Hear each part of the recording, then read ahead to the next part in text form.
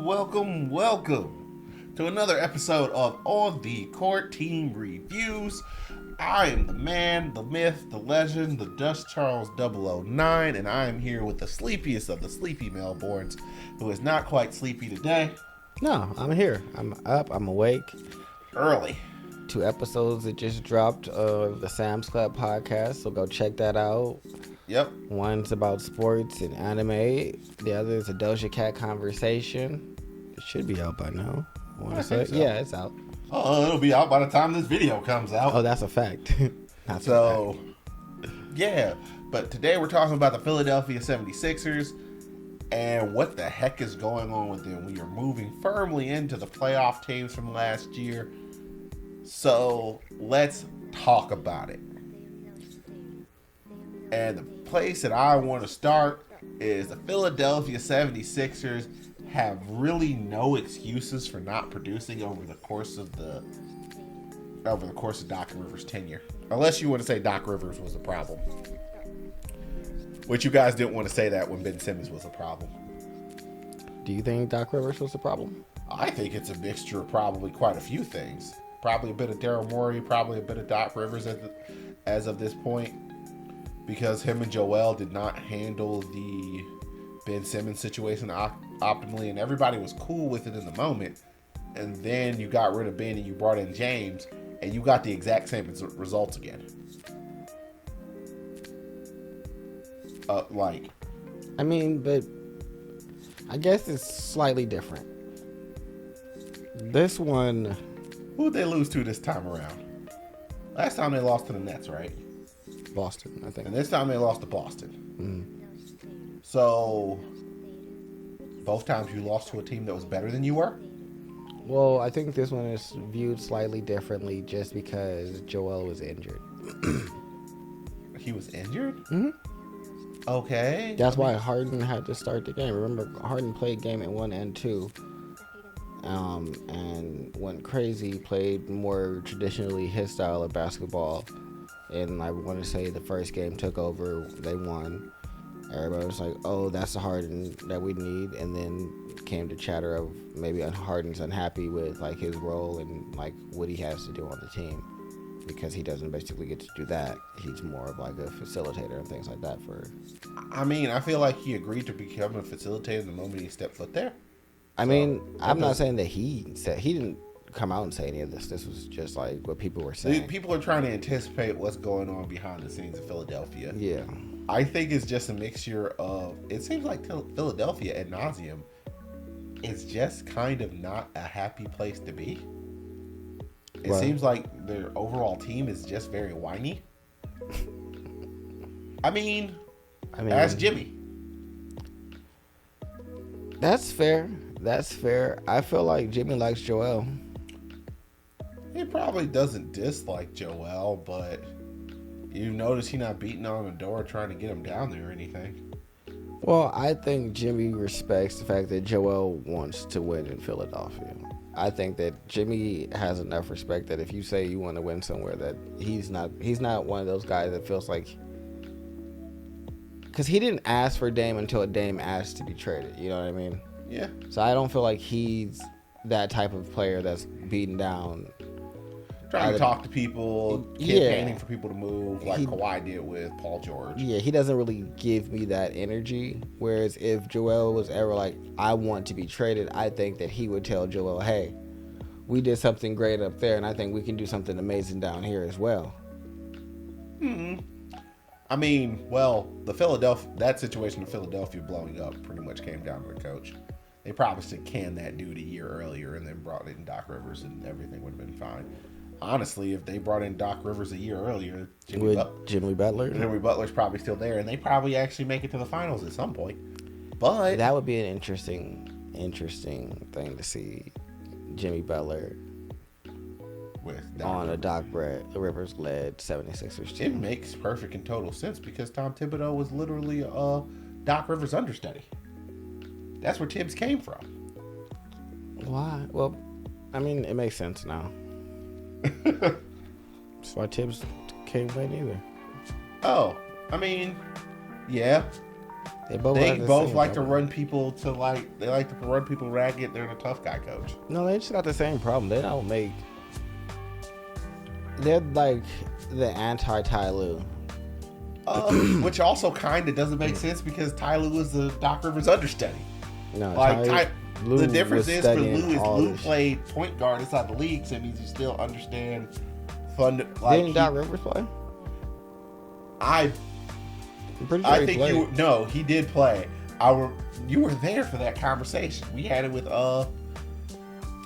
we had that conversation with Mr. Perrine at the wedding. Okay. Yes, at first I had no idea Doc Rivers played, and he literally pointed at me and said, "That is the point. Doc Rivers was nobody. He played for the Atlanta Hawks." And I don't think Tibbs played for anybody, obviously, because, I mean, look at Tibbs. I don't think he did, but I'm just saying, I feel like he don't know how to make late game adjustments, and that's why they are bad. But that's also why Budenholzer was bad. Yes, Budenholzer was bad, but Budenholzer understood how to build a culture and all. Budenholzer can pretty much do everything except for that last thing. But I think so can Doc. Doc built an amazing culture. But he doesn't know how to. But Doc Rivers also doesn't know how to call plays out of the huddle and stuff like that. Neither does Budenholzer. He's okay at it.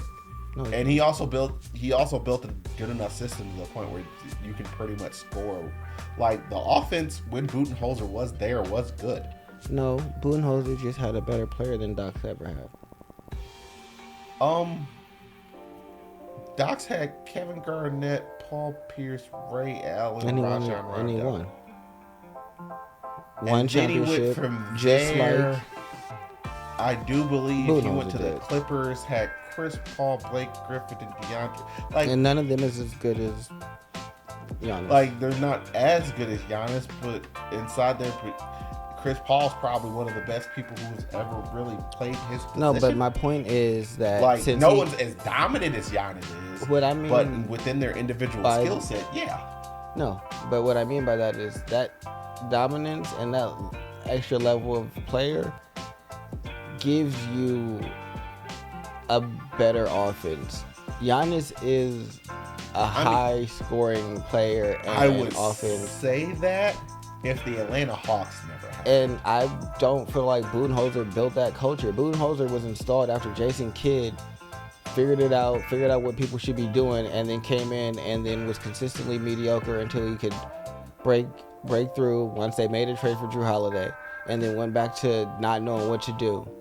I mean, The same thing for I Doc would- Rivers. Doc Rivers got I would say that if he had not built the Atlanta Hawks, and that team went from nothing to being good but I feel like with less significant players. Now, my mockery of the Atlanta Hawks was standing because all they did was lose to LeBron James. he and- built them, and Doc Rivers built fucking Lob City Clippers.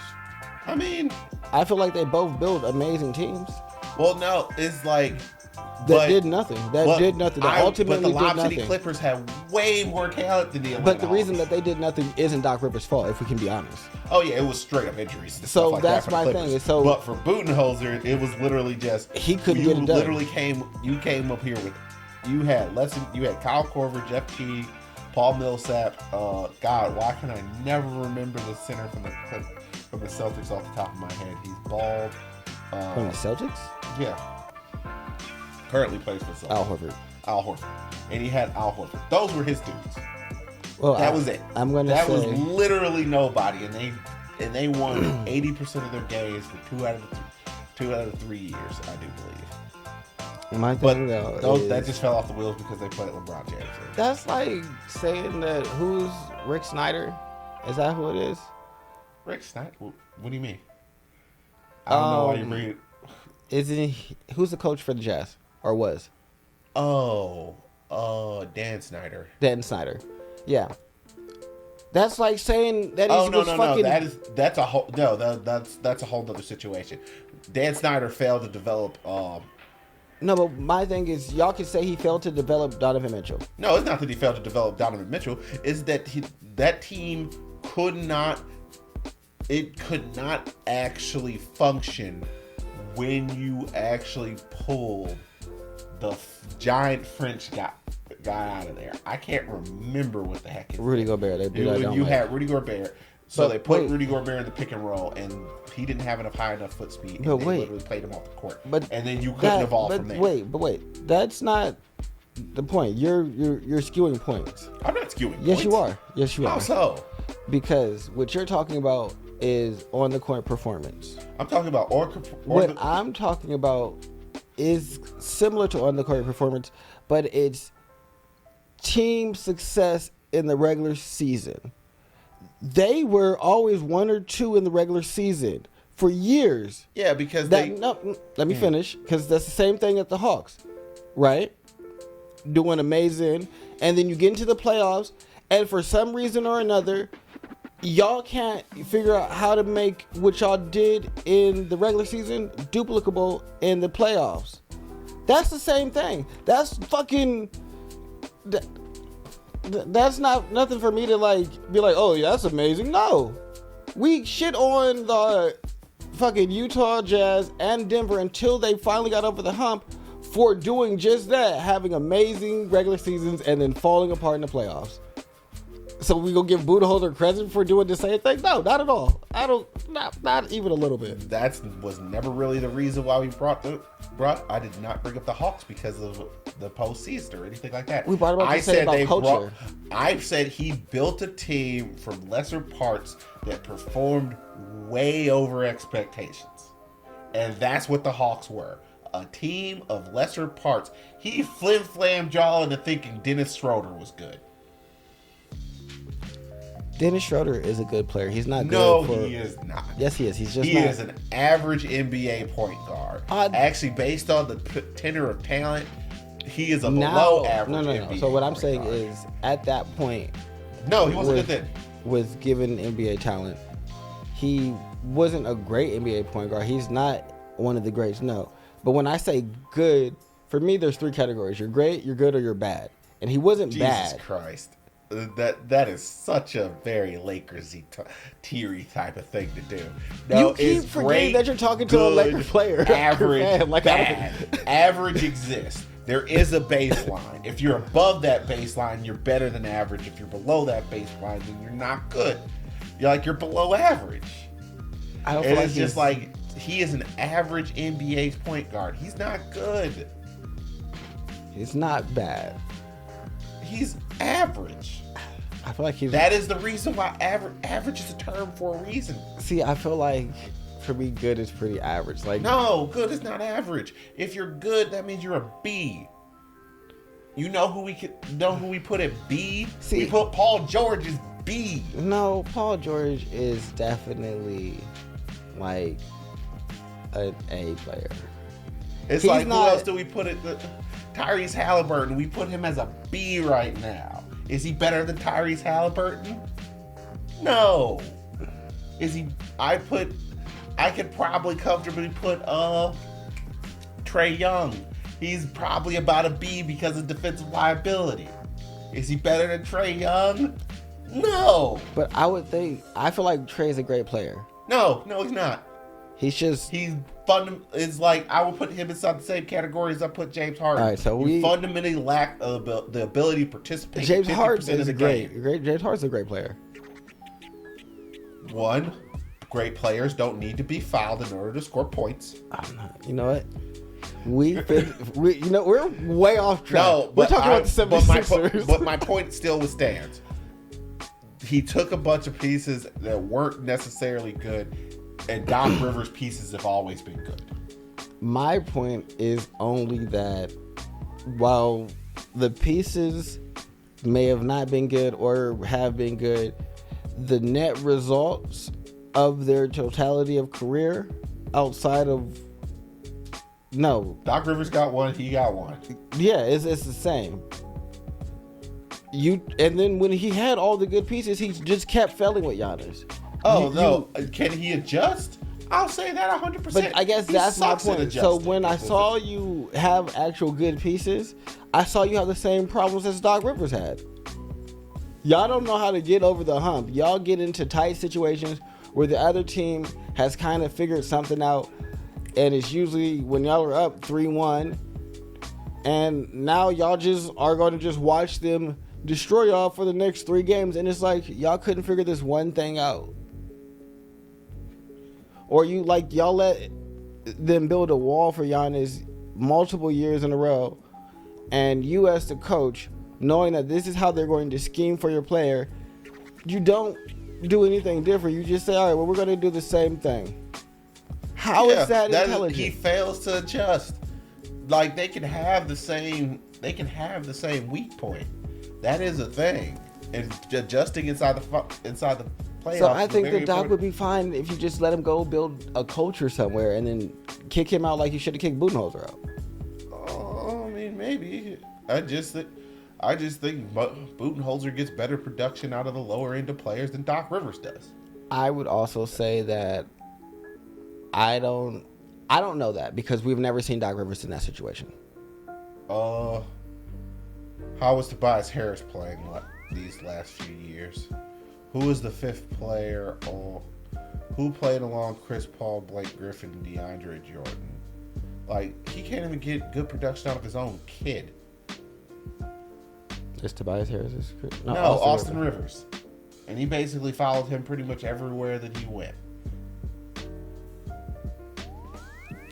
Whereas, I mean, I can literally point to a team where Budenholzer took a team of misfits. For me, it's hard to do that because, sure, he had lesser players on the team, but if I have 3 great players, I might not be giving you all the attention if I can. But the great players are going to manage themselves. You have Chris Paul, Blake Griffin, DeAndre Jordan. Their roles are very, very defined. They weren't going to manage themselves as rookies, and he didn't inherit them as rookies. He inherited them all 5 to 7 years within their career. Blake Griffin had already been there. Like, the excuses just don't pan out for Doc. He inherited Ray Allen being the best shooter in the year. Paul Pierce had already been there before he came there, and then they traded for KG. The only person that I can say, and then he lucked out with Rajon Rondo. That, for me, strengthens the argument. If he'd already been there, and Lob City wasn't a thing until he got there. Because he got there at the same time that Chris Paul did. That feels cheap to me. Yes, Rivers lucks into good situations. Is it wrong? No. But is it factual? Yeah. But he just kind of stumbles backwards into good situations. I'd like to have that as a talent. I feel like picking the good situation is just being smart. I feel like you should get credit for that. And maybe picking good situations is a smart thing, but you don't get credit for developing those situations. I feel like there's no player development going on there. All right, so let me say, I have lucked into a lot of things in the same capacity. Oh, so means you take this. So means you're just taking this more so personal. Yeah, that's what I was gonna say. I feel like maybe I have everybody looks into some situations a stronger vein of this because I'm like, well, I mean, because the way that my life has been from Boston to the Clippers, and then from the Clippers to Philadelphia. The only bad team I think Doc Rivers is technically coached. I think he was on the Orlando Magic before all this stuff happened, but I think he was coaching like Hardaway. I think he was coaching like Grant Hill, Hardaway, Tracy McGrady, and them down there. So he just be going into good situations. And I don't hate on him for that, but I can also see that the bottom half of your rosters don't ever really produce anything, and they don't ever really get any better. That's not in your skill set. That's not your talent set. You're a people manager. That's fine. Ty Lue inherited that from you. That's good. Ty Lue doesn't really develop the lower end of the bench particularly well. That's also a weak point of his, but he's better at drawing up plays. Each player has, because Budenholzer came from the Spurs, he knows how to take a bunch of disparate pieces and put them together to make a reasonable NBA roster. His problem is he is not popped to the point where he actually knows he doesn't know that next step. He doesn't know how to draw up these plays. He doesn't know how to put his players all like he knows how to put them inside the roles that they need to be in and to be successful, but he doesn't always know the places they need to be in order to actually maximize the potential.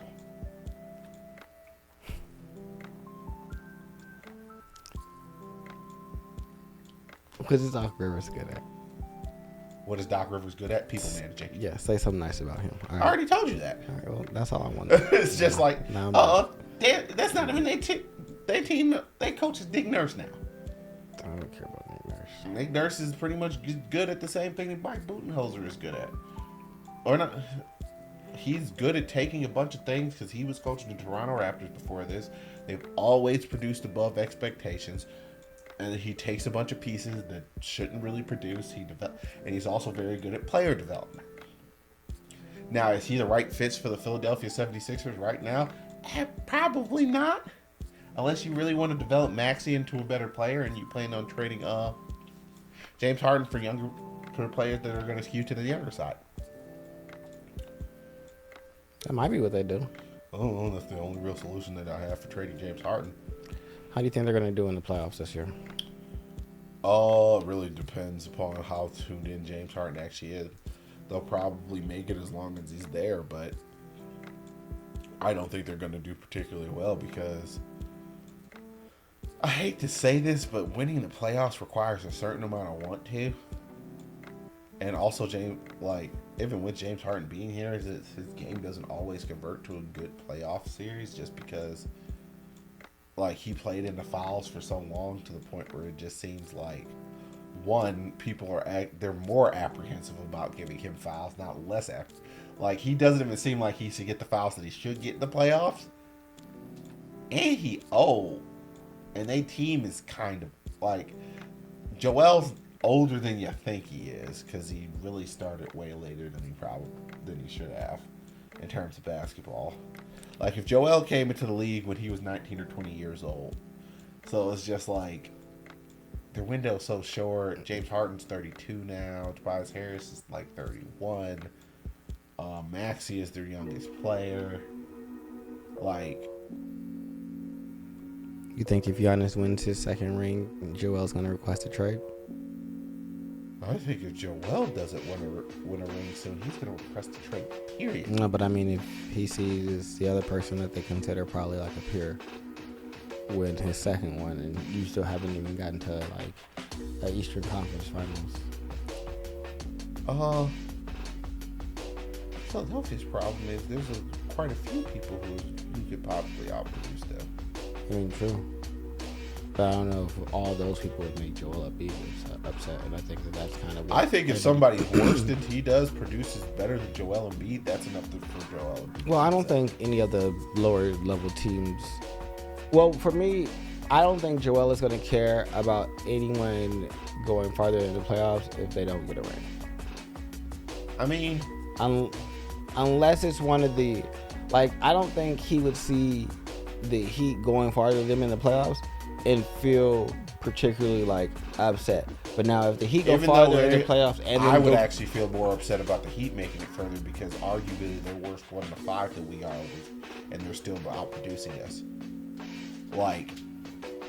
If a worse team outproduces you, that means you're not maximizing your potential, and that's, in my opinion, that's worse. Well, I guess I would take it. I don't know if I would take that personally as Joel. I would see that as shitty and we need to change something. But I don't know if I would feel first thing first, I wouldn't take any team sport 100% personally. Well, I guess by personally. Unless you choked it and spun and threw the ball out of bounds or something. Take that personally. No, what I mean by personally is if I consider myself one of the greatest players in the league right now. Okay. Then that means that there's probably maybe 4 to 5 other people that I consider that are like my peers. That's Giannis, Jokic, probably LeBron just because of his stature and status. Existence, basically. Steph, and then I'm kind of done. Yeah. So if I see one of them go out and get it again, and I don't even get to sniff it, oh, I'm sick. I mean, I'm sick because I'm not. That's more so the competitive nature. Yeah, and that's what I mean. Personal, like, but I think Joel Embiid had, like, he just talked about, like, crying over, like, not winning. So I feel like that competitiveness is in him. Like, he's a jokey troll on the outside because he recognizes I'm large, and when you're big, you got to kind of take the Shaq approach and be jovial, and that's how you make your money and have everybody, like, generally like you. Or you can try and be, like, angry figure, and then they'll destroy you in the media. So he's more of a jovial figure like Shaq, which I completely understand. But I think that him talking about crying and, like, really feeling it and hitting when he, I mean, if that's the type of person that he is, I don't think he can continue to exist on the Philadelphia 76ers if they don't do anything. Me neither. No, I don't think so either. I think ultimately it's coming to a head that he's going to have to want to get out of there. And I think that he hasn't wanted to because I feel like he's wanted to win there. I think that you have to avoid the Damian Lillard thing. This guy. At this point, yeah, because you see that they don't honor your loyalty at the end of it. So. Yeah, because they're a giant conglomerate and their goal is to make money off of you. Like, you're an asset. And don't ever like, they could say loyalty, family, all that other stuff. They don't ever keep these dudes around and really try and rehab anybody or help them out or do anything like this. They always talk about, well, it is a privilege to get to play the basketball. You're right. It is, to a degree, this is a privilege because we are part of one of the most prosperous leagues inside the entire world. At this point, that means this is a business, and we are privileged to be here, and we should leverage that privilege while we possibly can. Yeah. So I am full. And honestly, they just don't have the equity to go out. Like, outside of James Harden, that's really the only piece they have to go out and get anything. And we keep bringing this up in pretty much every video that we talk about. The guard position is, like, flush. They could go get stuff if they weren't so... What they should do is a guard swap. True. It's not preposterous. Now, the problem is, you're inside a situation where James Harden is 32. You have to swap him somewhere. Well, he's 32, but he's on the last year of his contract, so that'd be freeing up money for someone if they need to do that. Okay. So you can offer... So there's some benefits. Is there some place that you have where a person has a guard that they kind of want to get rid of, but they need to move on? Like... Well, nah, the Warriors never do that. It's just like, it's literally the only thing I can think of. Is just like, it's time to break the band up, guys. I could say if Washington isn't a believer in Jordan Poole,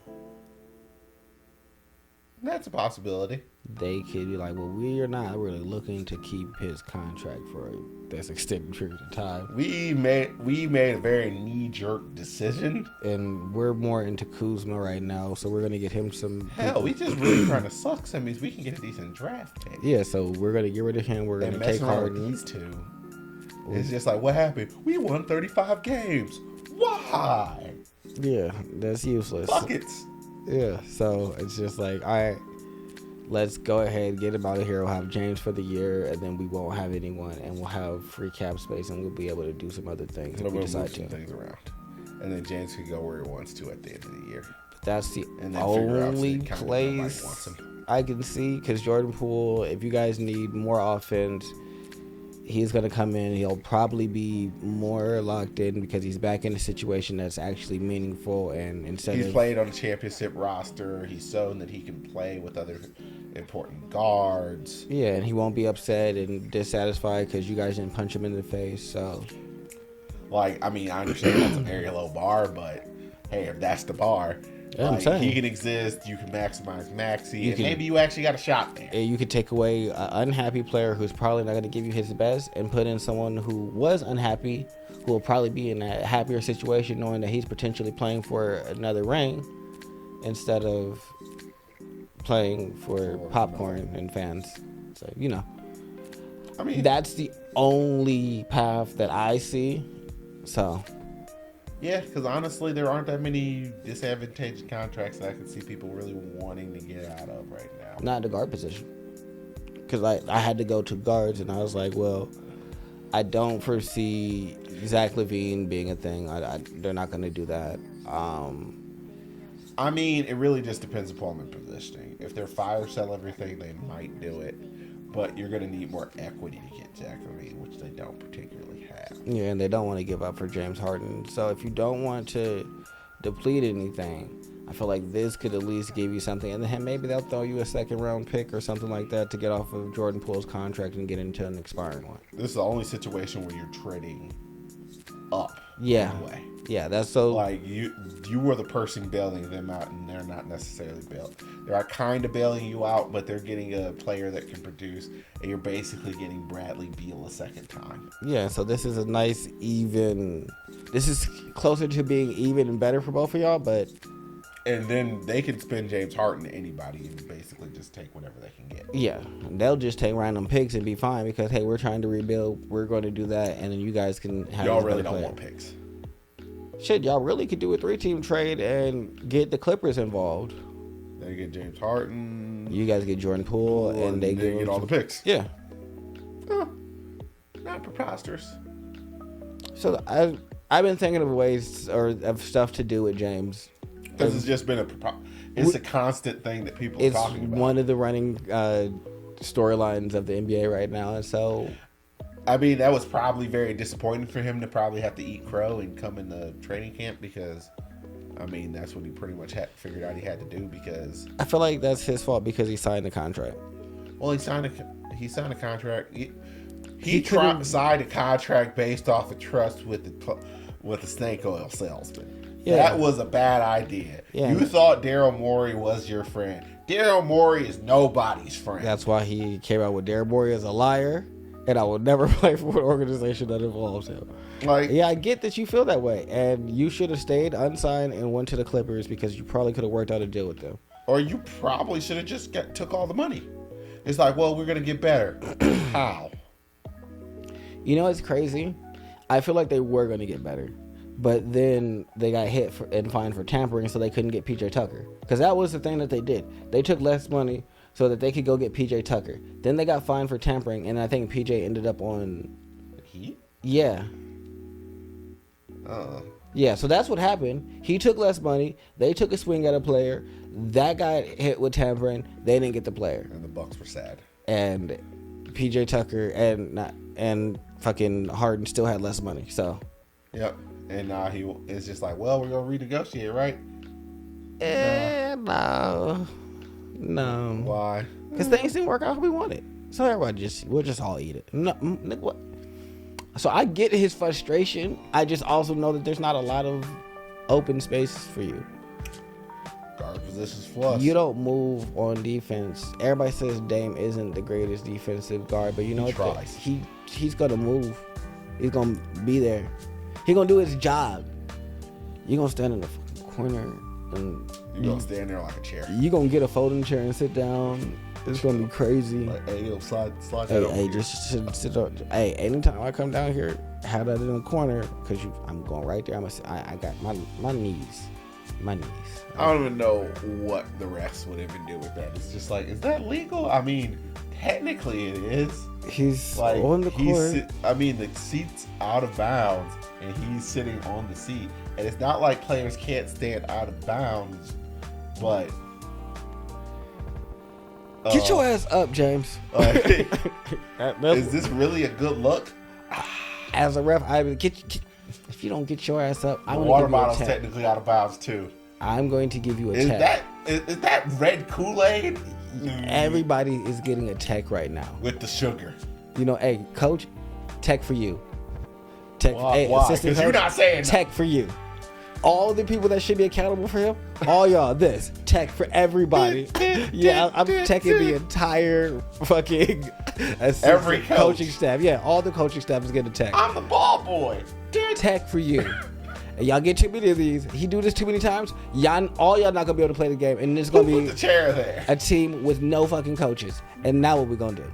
Who's gonna call the timeouts? It's Y'all gonna be team the gonna be so tired. It's gonna be the same as it was everywhere. Well, anybody can call a timeout from anywhere. I They're will. gonna be subbing themselves in and out. Yeah, y'all gonna have to figure it out. Hey, Rook, get in there. Yeah. Cause y'all will not be here if he sits down again. Put some respect on my name. Fucking, I would be so mad if he brought a chair. Because that's what he does, though. He just goes there and just. I've seen him do that one time. The swipe and move? And put his leg out. What are you doing? You got got 2 Kobe feet, acting you like better to kill him. It's like, what are you doing? Is like, Kobe's crawling from his grave right now, running all the way home to his home city. It's just like, why is there a shambling body? Get up. Get up. Get off of the fucking chair. Yeah, because play some form of defense. Like, James Harden's being chased by a zombie. at least I will say Jason Tatum and Book, while they don't focus exclusively or nearly as much on defense like they should, they try. Man, you really don't like Jason Tatum's defense.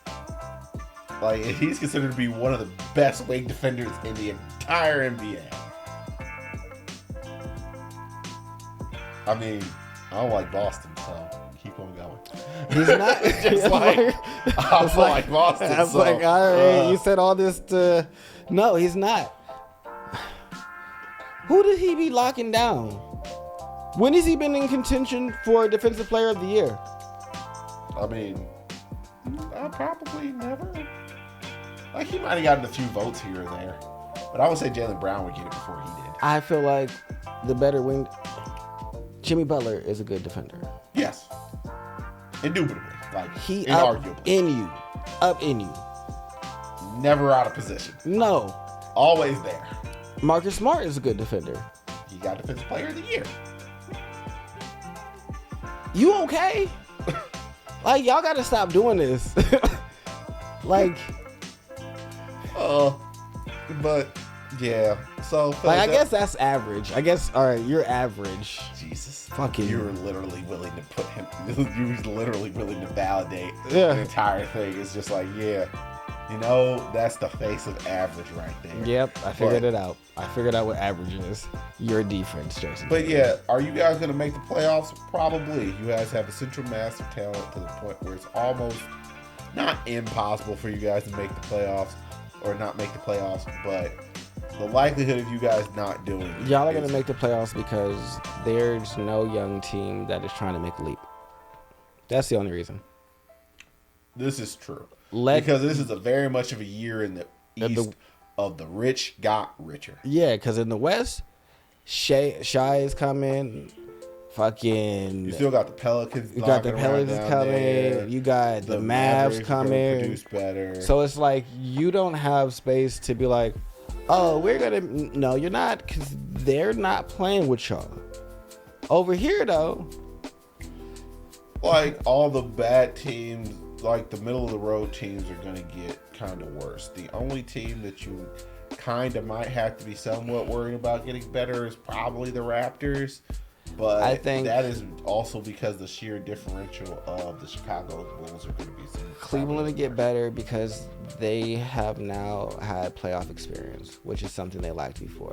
Cool, but they were already inside the top six. But yeah, it's exactly. not So it's like you're not worried. You don't. But it's the teams that are going to get better. You don't have to worry about because they're already there, and the teams that aren't there probably won't be there again. like Detroit might win some games this year, but am I saying that they're that's like knocking a, like they're probably gonna, they would probably top out at being the 10 seed, so no real threat to y'all.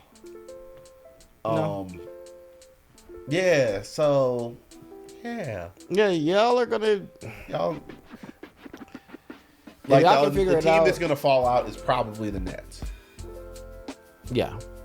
So there's really only real space for one more team to step up. That's where some wins are gonna come from. So, and that's just gonna trickle their way Y'all down. just need to go get Jordan Poole. It's the most feasible thing that I've actually ever heard to do with James Harden so far. Nobody really, wants to talk about that. No, that is because they're not getting a player of equal caliber. But you're probably just gonna have to take it on the chin. But maybe if you believe that you can develop Tyrese Maxey and Jordan Poole, now you have an amazing backcourt. You can kind of try and replicate facsimile what they did in Golden State, but you also have a big that can stretch and is a defensive anchor. And Jordan Poole actually knows how to play some facsimile defense. Yeah, so it's just like it could be. He was the second best wing defender on that second Golden State Warriors team. I want to say like Wiggins was probably the best, and then goes Jordan Poole, and then goes probably Draymond Green at that point. Or if anything, he was the third, but still, that's not bad on a championship team. All the way at the bottom. Yeah, so I'm saying like you could move some of this and probably have a lot better like success, but what do I know? Better than what you got.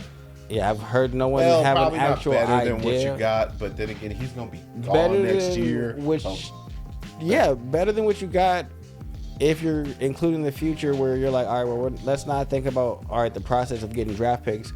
Let's develop Jordan Poole and Tyrese Maxey, who are going to be the two new faces of our franchise if there was going forward. Leave. Yeah, like actually trading for him actually gives Joel Embiid more reason to actually buy in, because there's actually a possibility of him actually wanting to stay, because you actually have a young massive talent as opposed to getting this other old dude. And you should be terrified because he's playing for Team USA. That is where you go to network. That's where you go when you basically halfway out the door. You don't want him there. Yeah, so we'll see. If he was playing for Cameroon or any of the other places he could play, you would have been cool. Unless it's like Serbia or wherever Jokic is from. Like, hey, you trying to do the Twin Towers down there in Denver? Do you like horses? I wish we would get Dwight Howard. That's a whole nother. Yeah, it was a random thing. That was the Philadelphia 76ers. You will probably be a top 6 team inside the East. Where you guys will be, it could be 6th, it could be 3rd. Are you better than the top 2 teams? Are you going to be better than the Bucks or the Celtics? Probably not. So you're going to be somewhere 3 through 6, which is a 4. You have a 4-team window for the playoffs. You're not the worst team in the West or the East, but if your goal is to win a championship, that is also nowhere near where you want to be. Yeah, no. And honestly, in a conference where it's not a rock fight for real for who's going to come out and represent that conference, you should be one of the top 3 teams. And last year you were spoken about in that way. This year it is not that case. And James Harden's a year older. And on the West is legitimately, we have no idea what's going to happen, because all the teams are like either got better at the end of last season and now have more cohesion. It's just like, all right, every team is kind of going into this season with like a new identity, really trying to get to it. Just because of the fact that there's no real top team in the West. Yeah. Like looking at it, like who's the best team in the West? You could say the Suns, but if a wind blows too stiffly in Phoenix, somebody will get injured, and then you just got the inside. You can just take the inside line of anybody coming out the West. And then do you think that Denver can repeat? Because repeating is harder. Like, and no one's going to underestimate you this time. Oh, I mean, Denver's going to get everybody's best shot. And you also don't have that extra fuel of feeling like you're the underdog.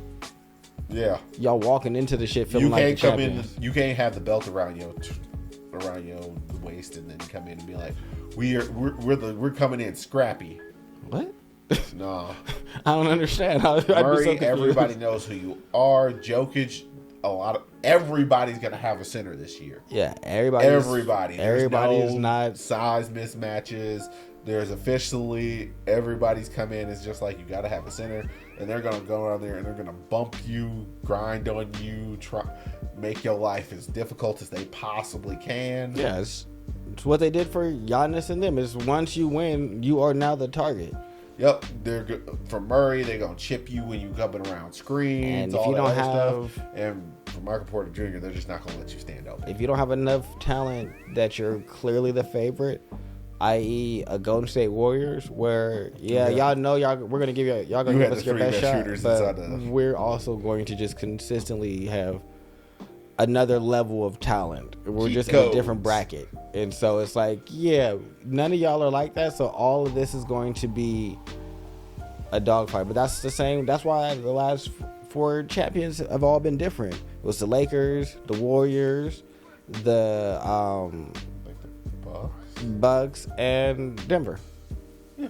Or no, Lakers, Bucks, Warriors, Denver. Yeah. In that order. But yeah, everybody is so close in terms of like competitive like stature. You're not And also, really you guys have guaranteed been to come shown out again. not really have the mental stability in terms of not doing dumb stuff. So yeah, we shall see. But yeah. Alrighty. Well, this has been the Philadelphia 76ers. Like, comment, and subscribe to On the Court. He has been Sleepy Melbourne. I have been Just Charles 009. Follow us, subscribe, all of the things. We love you guys. Bye-bye.